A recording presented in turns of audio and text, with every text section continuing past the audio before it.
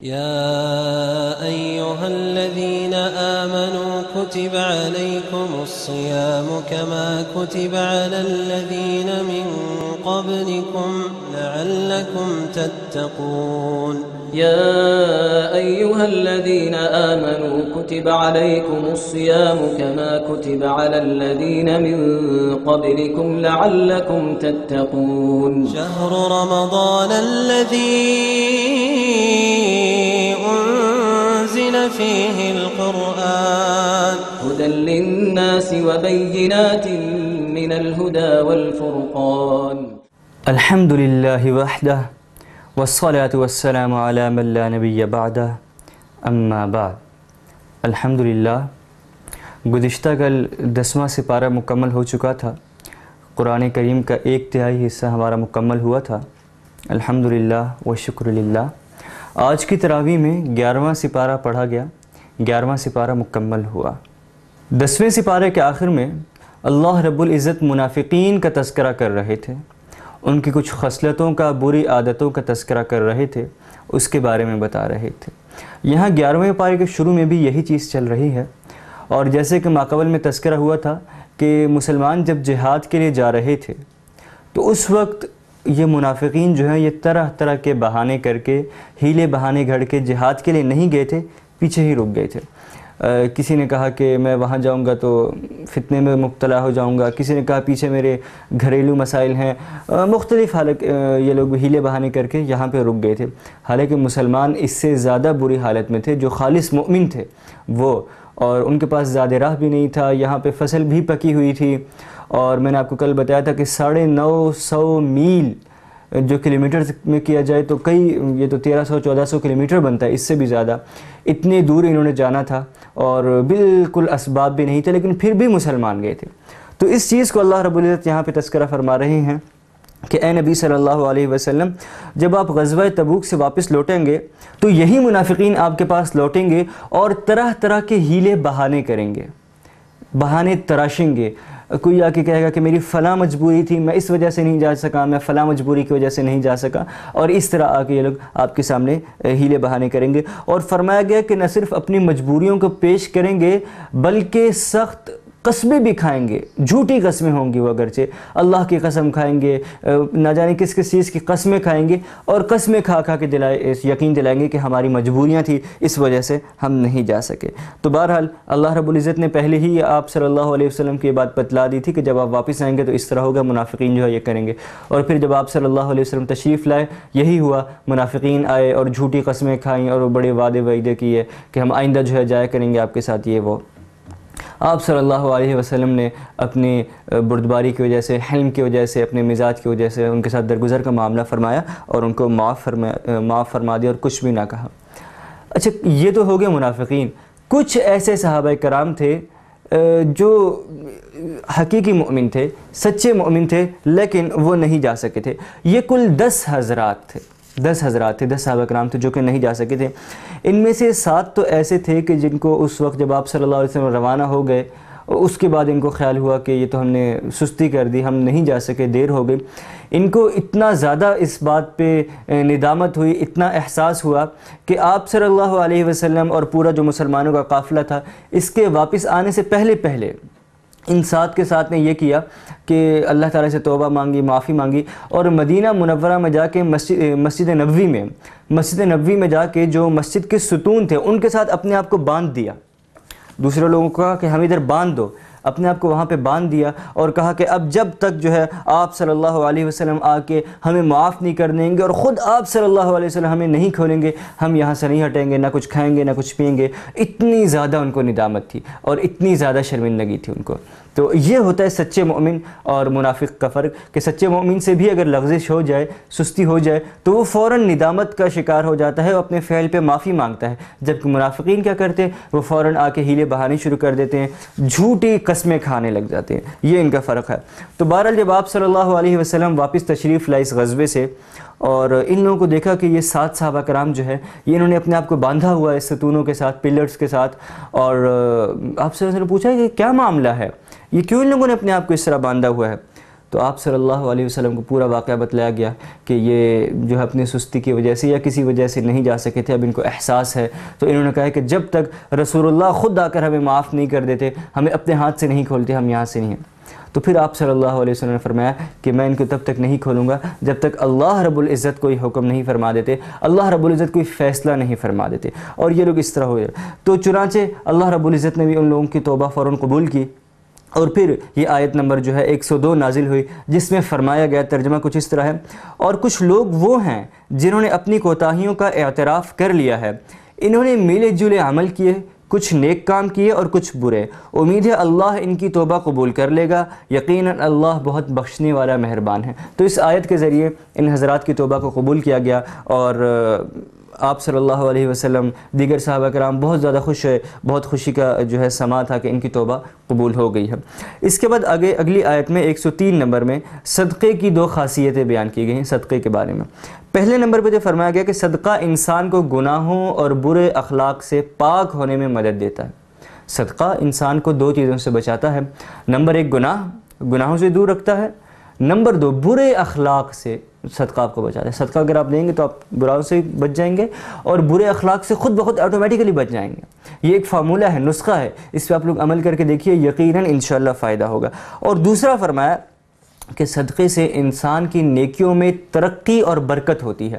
نیکی تو انسان کرتا ہے لیکن اس کے درجات ہوتے ہیں، اس کی کیٹیگریز ہوتی ہیں، تو اگر انسان صدقہ ساتھ ساتھ کرتا رہے تو اسی نیکی کا جو لیول ہے اسے آپ یہ کہہ سکتے ہیں کہ وہ اب ہو جاتا ہے، اور اس کو ترقی مل جاتی ہے، اور اس میں برکت بھی زیادہ ہو جاتی ہے۔ اس کے بعد آگے آیت نمبر 107 میں منافقین کی ایک بڑی سازش کا تذکرہ ہے۔ یہ منافقین جو ہے یہ ہمیشہ سے اسلام کے خلاف، رسول اللہ صلی اللہ علیہ وسلم کے خلاف، مسلمانوں کے خلاف سازشیں کرتے رہتے تھے۔ تو یہاں پہ ان کی ایک بہت بڑی سازش کا تذکرہ ہے، جس سازش کا بنیادی مقصد کیا تھا، لمبی تفصیل ہے، بنیادی اگر ایک جملے میں کہا جائے تو اس کا خلاصہ یہ تھا کہ ان کا مقصد یہ تھا کہ مسلمانوں کے درمیان آپس میں تفرقہ ڈال دیا جائے، پھوٹ ڈال دی جائے، مسلمانوں کو آپس میں لڑا دیا جائے۔ اس سازش کا یہ مقصد تھا، اس کو اللہ رب العزت نے یہاں پہ ارشاد فرمایا۔ اور اس کا مختصر سا اگر قصہ دیکھیں تو ایک شخص تھا جو کہ اسلام آنے سے پہلے زمانہ جاہلیت میں نصرانی عیسائی ہوا کرتا تھا، اور وہ راہب تھا اور بہت زیادہ عبادت کیا کرتا تھا، اور لوگوں کے اندر، لوگوں کے معاشرے میں اس کو بہت زیادہ عزت اور مقام حاصل تھا۔ جب اسلام آیا، آپ صلی اللہ علیہ وسلم یہاں پہ تشریف لے کے آئے، تو وہ آپ صلی اللہ علیہ وسلم کے پاس حاضر ہوا، اور اس کے کچھ سوالات تھے، کچھ اشکالات تھے، اس نے وہ آپ صلی اللہ علیہ وسلم سے پوچھے، آپ صلی اللہ علیہ وسلم جواب دیا اس کو، لیکن اس کی تسلی نہیں ہوئی۔ اور پھر اس نے یہاں پہ کہا، اس نے اس موقع پہ فرمایا کہ ہم میں سے جو شخص جھوٹا ہو وہ اپنے اہل و عیال سے دور ہو کر مرے، یعنی اس علاقے سے نکل جائے، اس علاقے سے نکال دیا جائے اور دور جا کے مرے۔ اس زمانے میں کسی کو سزا دی جاتی تھی تو جلاوطن کر دیا جاتا تھا، آج کے زمانے میں بھی ہے، تو اس کی طرف اس کا اشارہ تھا۔ آپ صلی اللہ علیہ وسلم نے اس پہ آمین کہا، آپ صلی اللہ علیہ وسلم نے آمین، تو وہ بڑا غصہ ہوا آگے سے، وہ یہ سمجھا تھا کہ یہ جو ہے ڈر جائیں گے اس دعا کی وجہ سے، لیکن آپ صلی اللہ علیہ وسلم نے آمین کہا، کیونکہ آپ صلی اللہ علیہ وسلم حق پہ تھے۔ تو اس کی وجہ سے اس نے اپنے دل میں بہت زیادہ بغض پال لیا، کینہ پال لیا، حسد پال لیا، اور دشمنی کی ابتدا یہاں سے ہوئی، اسلام دشمنی کی۔ اس کے بعد یہ شخص جو ہے بہت زیادہ اس نے سازشیں کی، منافقین کے سرداروں کے ساتھ مل کے کرتا تھا، اور ابو عامر اس کا نام تھا۔ اس کے بعد یہ شخص مدینہ منورہ چھوڑ گیا۔ یہ وہی شخص تھا جس نے بدر کے وقت بھی کفار کو ابھارا تھا، احد کے موقع پہ بھی، احد کی جو جنگ ہوئی، اسی نے کافروں کو جنگ کے لیے اکسایا تھا، جنگ کے لیے ان کو ابھارا تھا، اور یہی وہ بدبخت تھا جس نے احد کے میدان میں گھڑے کھودے تھے کہ مسلمان جو ہے اس میں گر کے، رسول اللہ صلی اللہ علیہ وسلم اس میں گر جائیں، شہید ہو جائیں یا زخمی ہو جائیں، اور انہی میں سے ایک گڑھے میں آپ صلی اللہ علیہ وسلم گرے بھی تھے، زخمی ہوئے تھے، دندان مبارک بھی شہید ہوئے تھے۔ تو یہ وہی بدبخت تھا۔ اس کے بعد جب فتوحات ہوئی، مسلمانوں کے عروج کا زمانہ آیا، تو یہ یہاں سے اس علاقے سے نکل گیا۔ اس کو پتہ تھا کہ اب اگر میں یہاں پہ رہا میری خیر نہیں، میری سازشیں جو ہے وہ آشکارا ہو چکی ہیں، سب کے سامنے آ چکی ہیں۔ تو یہ غزوہ حنین جب ہوا تو اس کے بعد یہ شام چلا گیا، لیکن وہاں جا کے بھی یہ چین سے نہ بیٹھا، بلکہ وہاں بیٹھ کے خط و کتابت کیا کرتا تھا، خط لکھا کرتا تھا۔ کس کو؟ منافقین کو جو مدینہ میں بیٹھے نا، ان کو خط لکھا کرتا تھا، اور ان کو طرح طرح کی ترکیبیں بتاتا تھا کہ اس طرح کرو، اس طرح کرو، مسلمانوں کے خلاف یہ کرو، اور وہاں بیٹھ کے منافقین کو گائیڈ کیا کرتا تھا۔ اور پھر اس نے وہاں بیٹھ کے ان کے ساتھ ایک سازش تیار کی، سازش بنائی کہ ایسا کرتے ہیں کہ مسلمانوں کی ابھی تو ایک ہی مسجد ہے، مسجد نبوی، یہ تو ان کے لیے جو مدینہ منورہ کے اندر ہے۔ مدینہ منورہ سے باہر جو ہے ایک ہی مسجد ہے اس زمانے میں، مسجد قباء، جو آپ صلی اللہ علیہ وسلم نے خود تعمیر فرمائی تھی۔ اس نے کہا ایسا کرتے ہیں کہ ہم ایک تیسری مسجد بناتے ہیں، تو اس طرح اس سے یہ ہوگا کہ مسلمان جو ہے تقسیم ہو جائیں گے، ڈیوائیڈ ہو جائیں گے، کچھ مسلمان اس مسجد میں جایا کریں گے، کچھ ادھر آیا کریں گے، تو اس سے پہلا جو ہے ہم وار کریں گے مسلمانوں کے اوپر، اس کے بعد آہستہ آہستہ مسلمانوں کو مزید جو ہے وہ کرتے جائیں گے، تو سیدھے سادھے مسلمان جو ہے ان کو ہم بہکائیں گے، جو ہماری مسجد میں آیا کریں گے ان کو ہم بہکائیں گے، اسلام کے خلاف ان کو لے کے جائیں گے۔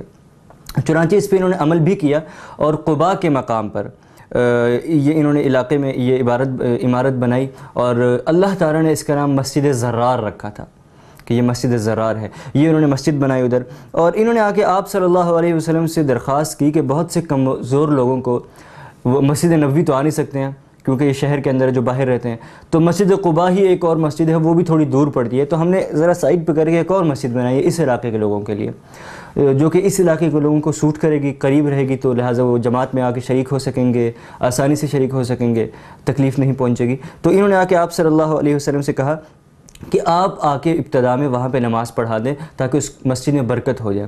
آپ صلی اللہ علیہ وسلم اس وقت غزوے کے لیے جا رہے تھے، یہ غزوہ تبوک کے لیے، اس کی تیاریوں میں لگے ہوئے تھے، مسلمان تیاری کر رہے تھے، تو آپ صلی اللہ علیہ وسلم نے فرمایا کہ غزوے سے واپس آ کے اس کے جو ہے ہم افتتاح کر دیں گے، غزوے سے واپس آ کے میں جو ہے نماز وہاں پہ پڑھا دوں گا۔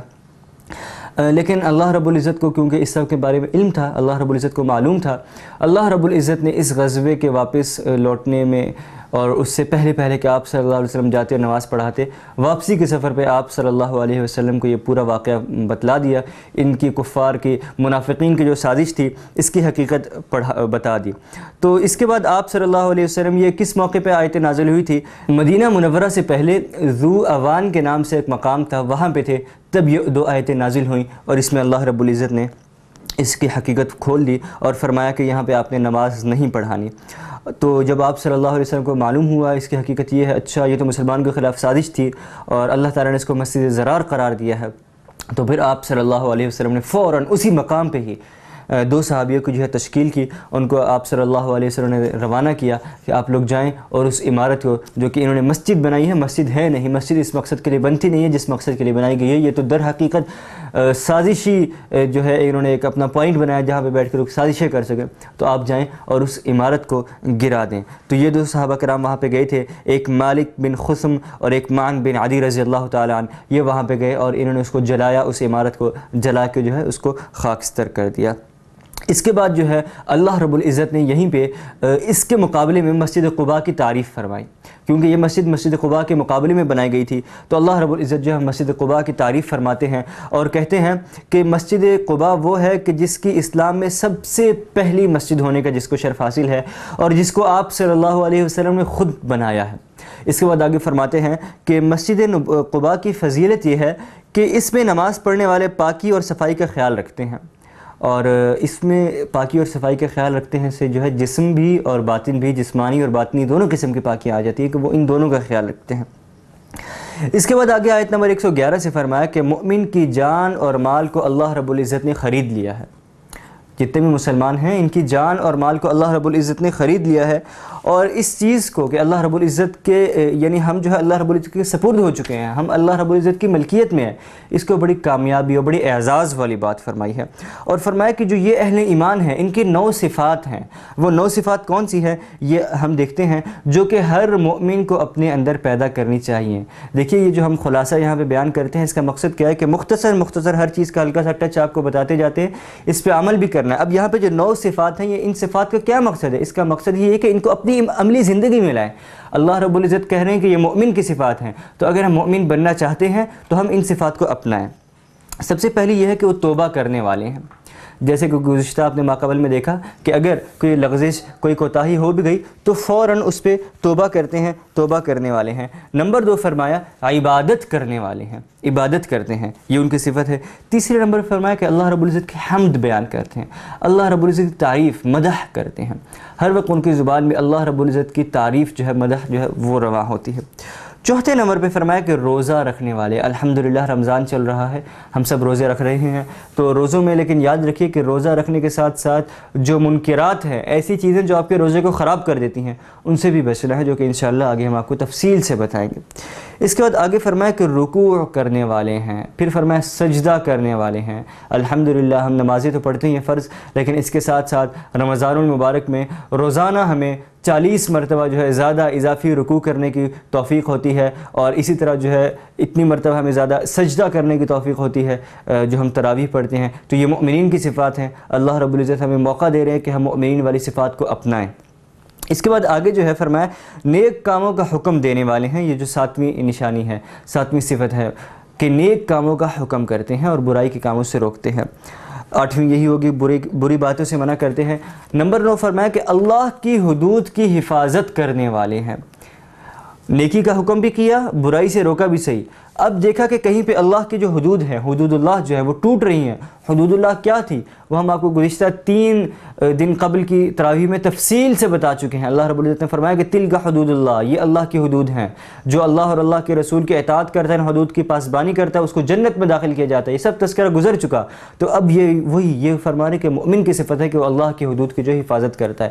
اگر کہیں پہ اس کو پامال ہوتے ہوئے دیکھتا ہے، اپنی ذات کے اندر، اپنے گھر کے اندر، اپنے آس پاس، اپنے معاشرے کے اندر جہاں پہ بھی دیکھتا ہے تو اس کو روکنے کی کوشش کرتا ہے۔ اس میں پھر آپ صلی اللہ علیہ وسلم کی حدیث شریف بھی ہے کہ اگر کہیں پہ کوئی برا کام ہوتے ہوئے دیکھو تو سب سے پہلے نمبر پہ تو یہ ہے کہ سب سے افضل یہ ہے کہ ہاتھ سے اس کو روکو۔ ہاتھ سے روکنے کا یہ مطلب نہیں ہے کہ آپ جا کے لڑنا شروع کر دیں، بلکہ اچھے انداز میں اس کو آپ ہاتھ سے روکیں۔ دوسرے نمبر پر فرمایا کہ اگر آپ اس کی استطاعت نہیں رکھتے تو پھر زبان سے روکو۔ اس کا مطلب یہ ہے کہ آپ جا کے ان کو سمجھائیں، آپ جا کے ان کو تبلیغ کریں اور اس چیز سے روکیں اچھے انداز میں۔ تیسرے نمبر پہ فرمایا کہ اگر ان دونوں کی حیثیت نہیں ہے تو پھر یہ کہ کم از کم دل میں تو اس چیز کو برا سمجھو، اور یہ بالکل ایمان کا آخری درجہ ہے۔ اس کے بعد آگے جو ہے آپ صلی اللہ علیہ وسلم کے چچا حضرت ابو طالب حضرت ابو طالب، ان کا ہے کہ یہ آپ صلی اللہ علیہ وسلم کا بہت زیادہ خیال کیا کرتے تھے، اور آپ صلی اللہ علیہ وسلم کی بہت زیادہ مدد کی انہوں نے، مالی لحاظ سے بھی۔ ایک تو یہ کہ بچپن میں پالا آپ صلی اللہ علیہ وسلم کو، پھر یہ کہ جب آپ صلی اللہ علیہ وسلم رسالت لے کے آئے تو اس وقت بھی آپ صلی اللہ علیہ وسلم کی بہت مدد کیا کرتے تھے، ان کو پناہ دی ہوئی تھی، اور ان کی وجہ سے کفار جو ہے آپ صلی اللہ علیہ وسلم سے ذرا ڈر کے رہتے تھے، پیچھے رہتے تھے۔ تو جب ان کی وفات کا وقت آیا تو آپ صلی اللہ علیہ وسلم نے ان کو ترغیب دی کہ آپ کلمہ پڑھ لیں، اب فوت ہونے والے ہیں، مرنے والے ہیں، اب تو کم از کم کلمہ پڑھ لیں۔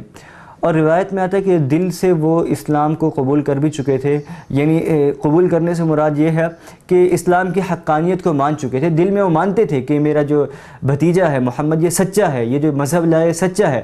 لیکن اس وقت منافقین یا کفار جو آس پاس ان کے ہوتے تھے، ابو جہل ہو گیا اور دیگر جو سردار، انہوں نے اتنا پریشر ڈالا ہوا تھا ان کے اوپر، کہ جس کو ہم سوشل کہتے ہیں، کہ سوشلی اتنا زیادہ ان کے اوپر پریشر ڈالا جا رہا تھا کہ سب کہتے تھے کہ اگر ابو طالب نے مرتے وقت کلمہ پڑھ لیا، اس کا مطلب ہے کہ موت سے ڈر گیا، موت سے ڈر کے اس نے جو ہے اسلام قبول کیا۔ اور اس چیز کو عرب میں بڑا برا سمجھا جاتا تھا کہ کوئی شخص جو ہے آخری وقت میں اپنے دین سے انحراف کر گیا، منحرف ہو گیا، اپنے دین سے پھر گیا، کہ یہ موت کی وجہ سے ڈر گیا، تو وہ ڈرپوک ہونا تو اس وقت ایک بہت بری صفت سمجھی جاتی تھی، بری خصلت سمجھی جاتی تھی۔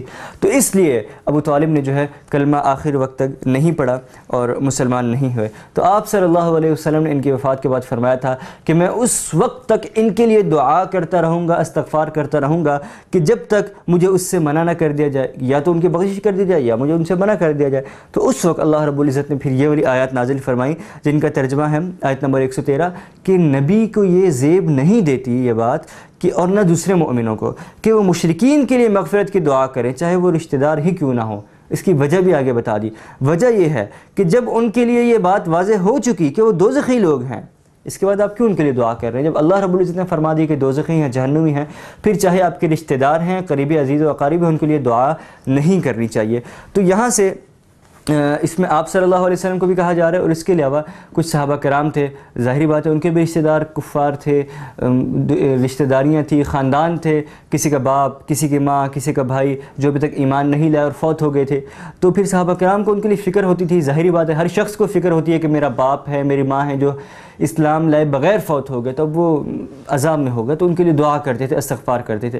تو ان سب لوگوں کو کہا کہ وہ ایمان نہیں لائے، حالت کفر میں مرے، شرک کی حالت میں مرے، لہٰذا ان کے لیے کوئی بخشش نہیں۔ تو یہاں پہ علماء نے پھر یہ نقطہ بھی نکالا ہے کہ اس چیز کو ذہن میں رکھنا چاہیے کہ جب تک کوئی کافر زندہ ہو تب تک تو اس کے لیے دعا کرنی چاہیے، اس کی ہدایت کی دعا کرنی چاہیے، لیکن اگر وہ حالت کفر پہ مر جائے، اس چیز کا آپ کو یقین ہو کہ وہ حالت کفر پہ مر آئے، پھر آپ اس کے لیے مغفرت کی دعا نہیں کر سکتے، کیونکہ اللہ رب العزت اس کے لیے فیصلہ کر چکے ہیں، لہٰذا اب آپ اللہ رب العزت سے اس کی دعا نہ کریں، مغفرت کی دعا نہ کریں۔ اس کے بعد آگے غزوہ تبوک میں 10 صحابہ کرام جو ہے وہ شرکت سے رہ گئے تھے، جو آج کی اس بیان کے شروع میں نے آپ کو بتایا بھی۔ ان میں سے 7 جو ہے ان کو تو فوراً اپنی غلطی کا احساس ہو گیا تھا، وہ آئے تھے اور انہوں نے آ کے اپنے آپ کو مسجد نبوی میں ستونوں کے ساتھ باندھ لیا تھا معافی۔ 3 جو تھے یہ ذرا کچھ تاخیر کی انہوں نے۔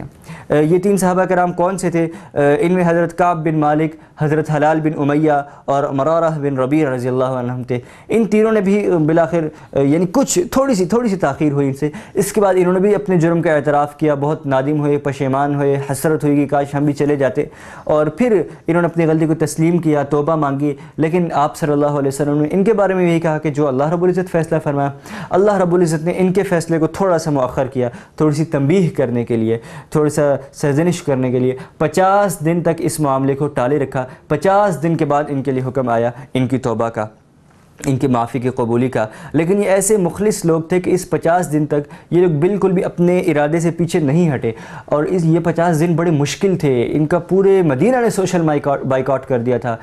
تو ان حضرات نے صبر کا دامن نہیں چھوڑا، اگرچہ ان کو بڑی آفرز ہوئیں، منافقین نے ان کو بہت آفرز کی کہ اس وقت دیکھو مسلمانوں نے بھی تمہیں دھتکار دیا ہے، مسلمانوں نے بھی تمہارا بائیکاٹ کر دیا ہے، تو ایسا کرو تم ہمارے ساتھ شامل ہو جاؤ۔ یہاں تک آتا ہے کہ بادشاہوں نے جو روم وغیرہ کے بادشاہ ہیں ان تک نے ان کے پاس پیغامات بھجوائے، لیکن یہ لوگ ثابت قدم رہے، استقامت کے ساتھ رہے، اور بالآخر اللہ رب العزت نے ان کی توبہ کو قبول فرمایا اور ان کو اعزاز فرمایا کہ وحی کے ذریعے، قرآن کریم کی آیات کے ذریعے ان کی برات کا اظہار کیا۔ اور آپ صلی اللہ علیہ وسلم نے پھر اس موقع کو خوش ہو کے ان کو فرمایا تھا کہ جب سے تمہاری ماں نے تمہیں جنا ہے اس وقت سے آج تک اس سے زیادہ مبارک دن تم پر نہیں آیا کہ آج تم لوگوں کے لیے اللہ رب العزت اپنے قرآن میں برات کا اظہار فرما رہے ہیں کہ یہ تمہاری پیدائش سے لے کے آج تک سب سے زیادہ اچھا دن ہے، سب سے زیادہ خوشگوار، سب سے زیادہ حسین دن ہے۔ اس کے بعد آگے جو ہے سورۃ توبہ کے ایک بڑے حصے میں ان لوگوں کو ملامت کی گئی ہے جو تبوک کے جہاد میں شریک نہیں تھے۔ روایات میں آتا ہے کہ ان آیات کو پڑھنے کے بعد صحابہ کرام اتنے یعنی اس چیز کے اوپر آ گئے تھے کہ اب وہ کہتے تھے کہ آئندہ جو بھی جہاد ہوگا ہم سب اس میں جائیں گے۔ تو پھر اللہ رب العزت نے یہ بھی فرما دیا کہ نہیں، ایسا بھی نہیں کہ سب اس میں چلے جاؤ، بلکہ ایک گروہ ادھر جائے، ایک جماعت پیچھے رہے جو تعلیم میں لگی رہے، پیچھے انتظامات میں لگی رہے اور سیکھنے سکھانے میں لگی رہے۔ اس کے بعد جب وہ جہاد والے لوگ واپس آئیں تو پھر یہ ان کو سکھائے۔ تو اس طرح ترتیب کے ساتھ کام کرنا چاہیے۔ اس کے بعد اس سورت کی آخری آیات میں آپ صلی اللہ علیہ وسلم کی تعریف بیان کی جا رہی ہے، اور آپ صلی اللہ علیہ وسلم کو اللہ تعالیٰ نے اپنے 2 صفاتی ناموں میں سے 2 نام ان کو عطا کیے، اپنے جو صفاتی نام ہیں ان سے 2 نام عطا کیے۔ وہ 2 نام کون سے تھے؟ ایک رؤوف اور ایک رحیم۔ فرمایا کہ یہ نام تو میرے صفات ہیں لیکن یہ آپ صلی اللہ علیہ وسلم کے اندر بھی صفت ہے، اور باقی حقیقت یہی ہے کہ اگر ہم دیکھیں آپ صلی اللہ علیہ وسلم کی امت کے لیے انتہائی رحیم، انتہائی مشفق، انتہائی درگزر کرنے والے تھے۔ بہرحال اس طرح اس سورت کا اختتام ہوتا ہے۔ اس کے بعد سورہ یونس شروع ہو رہی ہے۔ یہ سورت جو ہے یہ بھی مکی سورت ہے، 11 رکوع ہے اور 109 آیات ہے اس میں۔ اس سورت میں جیسے کہ ہم نے آپ کو بتایا مکی صورتوں میں یہی ہوتا ہے زیادہ تر کہ ایمان، توحید، رسالت، قیامت، مرنے کے بعد کی زندگی، یہ چیزیں زیادہ تر اس میں ہوتی ہیں۔ تو یہاں پہ بھی یہی ہے۔ اس سورت کے جو 10واں رکوع ہے اس میں حضرت یونس علیہ السلام کا ذکر آ رہا ہے، ان کے قوم کا، تو اس وجہ سے اس کا نام سورہ یوسف ہے۔ بہرحال آگے چلتے ہیں۔ سورت کی ابتدا کہاں سے ہو رہی ہے؟ اس سورت کی ابتدا قرآن کریم کی عظمت سے ہو رہی ہے، اور پھر آپ صلی اللہ علیہ وسلم کی عظمت کو اس کے بعد فرمایا، اور اس کے بعد آگے آیت نمبر 7 سے بتایا گیا کہ دنیا کے اندر جو لوگ رہتے ہیں، جو انسان رہتے ہیں، ان کے 2 گروہ ہیں۔ 2 گروہوں میں انسانوں کو تقسیم کر دیا گیا۔ ایک تو وہ ہے جو اللہ رب العزت کی الوہیت یعنی اللہ رب العزت کو الہ مانگنے، اور اللہ رب العزت کی ربوبیت، اللہ رب العزت کو رب مانگنے، توحید، اس سب سے انکار کرتے ہیں، اس سب کی تکذیب کرتے ہیں۔ اور دوسرے لوگ وہ ہیں جو اس سب کی تصدیق کرتے ہیں۔ تو فرما دیا کہ یہ 2 کیٹیگریز بن گئی ہیں۔ جو اللہ رب العزت کو رب نہیں مانتے ان کا ٹھکانہ جہنم ہے، اور جو اللہ رب العزت کی تصدیق کرتے ہیں، توحید کی تصدیق کرتے ہیں، ان کا ٹھکانہ جنت میں ہے، اور وہ ہمیشہ ہمیشہ کی نعمتوں میں رہیں گے۔ اس کے بعد آگے یہ فرمایا کہ سورہ یونس کی جو آیت نمبر 11 ہے کہ اگر اللہ رب العزت انسانوں کو ان کی بداعمالیوں کی وجہ سے فوراً پکڑ میں لے لیتے، فوراً عذاب لے آتے، یہ اس وقت کفار یہ کہا کرتے تھے کہ اگر ہم لوگ غلط ہیں، اگر ہم لوگ برے ہیں تو کیوں نہیں ہمارے اوپر عذاب آ جاتا. تو اس لیے اللہ رب العزت فرما رہے ہیں کہ اگر انسانوں کی بداعمالیوں کی وجہ سے اللہ تعالیٰ فوراً پکڑ کر لیتے تو پوری دنیا کا ہی صفایا ہو جاتا. آج بھی یہی ہے کہ اگر ہم اپنی بداعمالیوں کو دیکھیں، گناہوں کو دیکھیں، جو معاشرے میں حالات بن چکے ہیں، اس سب کو دیکھا جائے، اس کی بنیاد پہ اگر اللہ رب العزت پکڑنا شروع کر دے تو میرے خیال میں ہم میں سے کوئی شخص بھی آج نہیں بچے گا. ہم میں سے ہر شخص اللہ رب العزت کی پکڑ میں آ چکا ہوگا. تو اس لیے اللہ تعالیٰ فرماتے ہیں کہ میں فوراً پکڑ میں نہیں لاتا، بلکہ مہلت دیتا ہوں، وارننگز دیتا ہوں، تنبیہ کرتا ہوں، اس کے بعد جا کے جو ہے پکڑ میں لاتا ہوں. اس کے بعد آگے اللہ رب العزت فرماتے ہیں کہ مشرکین کا ایک مطالبہ تھا کہ آپ صلی اللہ علیہ وسلم جو قرآن ہمیں پڑھ کے سناتے ہیں، ٹھیک ہے چلے ہم ایسا کرتے، تھوڑا کمپرومائز کر لیتے ہیں کہ اس قرآن میں کچھ تبدیلی کر دیں، اس میں سے کچھ حصے ہمیں پسند نہیں ہیں، یہ تبدیلی کر کے ہماری پسند کے کچھ حصے اس میں ڈال دیتے ہیں. تو اس کے جواب میں بھی اللہ رب العزت یہی کہہ رہے ہیں آپ صلی اللہ علیہ وسلم کو کہ آپ ان سے کہہ دیجئے کہ میرا کوئی اختیار نہیں کہ میں اس قرآن میں تبدیلی کروں، رد و بدل کروں. یہ اللہ رب العزت کا کلام ہے، جیسے آیا، جیسے نازل ہوا اسی طرح یہ رہے گا. میں تو صرف اس وحی کی پیروی کرتا ہوں جو وحی مجھ پر نازل کی جاتی ہے. اس کے بعد آگے یہ فرمایا کہ کفار مکہ جو ہے وہ اس چیز کو بخوبی جانتے تھے کہ آپ صلی اللہ علیہ وسلم سچے ہیں، آپ صلی اللہ علیہ وسلم صادق امین ہیں. یہاں تک کہ اسی وجہ سے انہوں نے آپ صلی اللہ علیہ وسلم کو صادق اور امین کا لقب بھی دیا ہوا تھا. تو جب آپ صلی اللہ علیہ وسلم نبی بنے، بعثت ہوئی، اس کے بعد آپ صلی اللہ علیہ وسلم نے مشرکین مکہ کو، اہل مکہ کو ایک جگہ پہ جمع کیا، ان کو سب کو بلایا اور اس کے بعد ان سے کہا کہ اگر میں تم سب کو یہ کہوں کہ یہ پیچھے جو ہمارے پہاڑ ہے، اس پہاڑ کی دوسری طرف ایک لشکر آیا ہوا ہے جو کہ ہم سے لڑنے کے لیے آیا ہوا، ہمیں تہس تہس کر کے رکھ دے گا، تو کیا تم لوگ میری بات مان لو گے؟ تو کفار نے کہا بالکل، آج تک کی زندگی میں آپ سے نے کوئی جھوٹ نہیں سنا، تو اس لیے اگر آپ یہ کہتے ہیں ہم آپ کی بات واقعی مان لیں گے اور آپ کی بات سچ ہوگی. اس کے بعد آپ صلی اللہ علیہ وسلم نے ان سے کہا کہ جس طرح میری تم اس بات کی تصدیق کرتے ہو، مانتے ہو، مجھے اتنا سچا سمجھتے ہو، تو سنو میں اللہ کے نبی ہوں، مجھے اللہ نے نبی بنا کے بھیجا، ایک اللہ کو مانو، اسلام کی تبلیغ دی. لیکن اب انہوں نے فوراً مکر گئے اور اب آپ صلی اللہ علیہ وسلم کی تعلیمات کو جھٹلا دیا اور اس کو جھوٹا کہا. بہرحال اس چیز کا تذکرہ ہے. اس کے بعد اگلی آیت میں مشرکین کی ایک کیفیت بیان کی جا رہی ہے کہ مشرکین ویسے تو بڑے بڑے دعوے کرتے ہیں، بڑے بڑے بت بنائے ہوئے ہیں، ڈھیر سارے خدا بنائے ہوئے ہیں، لیکن جب کوئی مصیبت آتی ہے تو اس وقت یہ صرف اور صرف اللہ کو ہی پکارتے ہیں، باقی مالکوں کو، باقی معبودوں کو، باقی بتوں کو نہیں پکارتے. یہ حقیقت ہے. آج کے زمانے میں بھی بہت سے ایتھسٹ، بہت سے ملحد جو کہ خدا کی ذات کے ہی انکاری ہیں. چلو کفار مکہ تو یہ ہے کہ اللہ کو مانتے تھے، اللہ کے ساتھ دوسرے شریک بنائے ہوئے تھے. ایسے لوگ جو ہے ہی سرے سے ملحد، جو اللہ کو ہی نہیں مانتے، جو کہتے ہیں کوئی خدا ہی نہیں ہے. ہم نے اپنی آنکھوں سے دیکھا کہ جب ان کو اگر کوئی مشکل وقت آیا، کوئی مصیبت آئی، تو ان کی زبان سے اللہ کا نام نکل ہی گیا، اللہ سے مدد مانگی ہے، اللہ کی چیز دیتا، وہ بھی اس چیز کو مانی جاتے. تو یہاں پہ اللہ رب العزت اس چیز کو بیان فرما رہے ہیں کہ جب ان پہ کوئی سخت کیفیت آتی ہے، مصیبت آتی ہے، تو پھر اپنے جھوٹے معبودوں کو بھول جاتے ہیں، اپنے جھوٹے عقیدوں سے پھر جاتے ہیں اور خالصتاً اللہ رب العزت کو خالص دل کے ساتھ پکارتے ہیں. پھر آگے اللہ رب العزت ذرا کچھ سوالات کر رہے ہیں ان سے کہ اے لوگو، اے محمد صلی اللہ علیہ وسلم، ذرا ان لوگوں سے پوچھیے تو صحیح، مجھے بتاؤ تو صحیح، کون ہے جو آسمان سے رزق تم لوگوں کو دے رہا ہے؟ کون ہے جو بارش برسا رہا ہے؟ کون ہے جو زمین سے بے جان چیز سے جاندار چیز کو نکال رہا ہے؟ کون ہے جو جاندار سے جاندار کو پیدا کر رہا ہے؟ تو ان سب چیزوں کا آپ صلی اللہ علیہ وسلم سے کہا گیا کہ ان سے پوچھے. تو بہرحال اس طرح ان سب کا مقصد بھی ہے کہ ان کو اللہ کی توحید کی طرف لایا جائے، اللہ کی ذات کی طرف لایا جائے، اللہ کی ذات پر ایمان کی طرف لایا جائے. اس کے بعد آگے قرآن کریم کی صداقت بیان ہو رہی ہے اس صورت میں، سورہ یونس میں، اور فرمایا گیا کہ کفار مکہ کو چیلنج کیا گیا کہ تم لوگ کہتے ہو کہ قرآن کریم جو ہے یہ اللہ رب العزت کا کلام نہیں ہے، یہ گھڑی ہوئی کتاب ہے، تو آ جاؤ، تم بھی آ جاؤ مقابلے میں، اس جیسی کوئی صورت لا کے دکھا دو. صورت نہیں لا سکتے، ایک آیت لا کے دکھا دو، ایک کتاب اس کی طرح کی لا کے دکھا دو. تو بار بار یہ قرآن پاک میں 3-4 جگہوں پہ چیلنج ہوا کہ اس طرح کرو، اور اس کے مطابق جو ہے ایک صورت، ایک آیت، پوری کتاب جو بنا سکتے ہو بنا کے لا دو. لیکن کفار اس پہ نہیں آ سکے، اور ایک صورت تو کیا، ایک آیت تو کیا، ایک لفظ جیسا نہیں بنا سکے. اس کے بعد آگے فرمایا توحید کے دلائل، بعث بعد الموت کے یقینی ہونے اور قرآن کریم کی صداقت کے لیے. یعنی توحید، بعث بعد الموت کسے کہتے ہیں؟ موت کے بعد اٹھانا، بعثت کہتے ہیں. تو بعد موت اور مرنے کے بعد کی زندگی، اور تیسرے نمبر پہ قرآن کریم کی صداقت۔ اس کے لیے 3 قصے بیان کیے ہیں۔ پہلا قصہ حضرت نوح علیہ السلام کا مشہور واقعہ ہے، آپ سب نے سنا ہوا ہے۔ ان کی عمر اور زمانہ تبلیغ جو ہے بہت طویل ہے، فرمایا گیا کہ 950 سال تک یہ تبلیغ کرتے رہے، باقی عمر تو ان کی الگ ہے، صرف تبلیغ جو ہے 950 سال، 9.5 صدیوں جو ہے یہ تبلیغ کرتے رہے، اللہ کی طرف بلاتے رہے، لیکن ان کو ماننے والے پھر بھی بہت تھوڑے تھے، بہت کم لوگ ایسے تھے جن کو ہدایت نصیب ہوئی۔ یہ ان کی بدبختی تھی اس وقت کے لوگوں کی کہ وہ ان سے ایمان نہیں لائے۔